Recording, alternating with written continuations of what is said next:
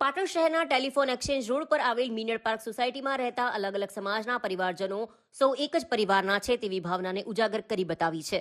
ત્યારે વર્ષ 2024ના અંતિમ દિવસે એટલે કે 31મી ડિસેમ્બરની રાત્રે વીતેલા વર્ષની ખાટી મીઠી યાદો સાથે 2025ના નવા વર્ષને આવકારવામાં સૌ પરિવારના સભ્યોએ સોસાયટીના કોમન પ્લોટમાં ધાર્મિક, સાંસ્કૃતિક અને મનોરંજનના વિશિષ્ટ કાર્યક્રમો આયોજિત કરી વીતેલા વર્ષોની યાદો સાથે નવા વર્ષના આગમનની કેક કાપી એકબીજાનું મોં મીઠું કરી આવકારવામાં આવ્યું હતું। મીનળ પાર્ક સોસાયટી ખાતે આયોજિત કાર્યક્રમમાં આમંત્રણને માન આપી પાટણ નગરપાલિકાના પ્રમુખ હિરલબેન પરમાર, પાટણ શહેર ભાજપના નવીન યુક્ત યુવા પ્રમુખ હર્ષભાઈ પટેલ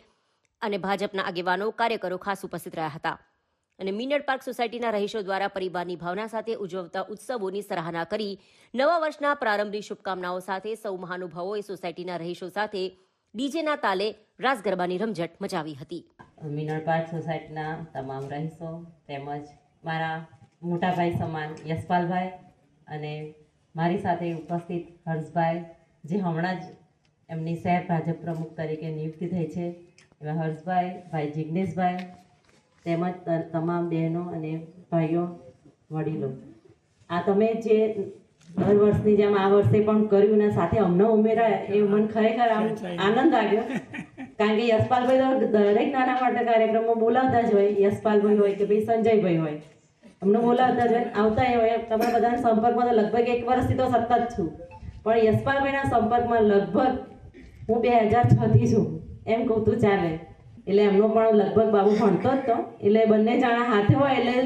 વરસાદ આવે એટલે બંનેને ઉઠાવીને ઘરે જ લઈ જાય। લગભગ એ વખતે યશપાલભાઈ આગળના મકાનોમાં રહેતા હતા, હે ને? હા, તો એ વખતે હું આવતી જતી ને યશપાલભાઈનો મારો સંપર્ક થયેલો, પણ આ સ્ટેજ ઉપર આવ્યા પછી એમણે મને ક્યારેય એવું મને લાગ્યું નહીં કે હું કોઈ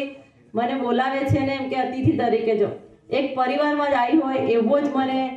પહેલેથી આમ જ્યારથી એમને ઓળખું છે ત્યારથી એક પરિવારમાં આવતી હોય ને એવું જ મને રાખે છે। એની સાથે તમે જે આખી સોસાયટીનો મને પ્રેમ મળે ને એ ખરેખર અનંત છે।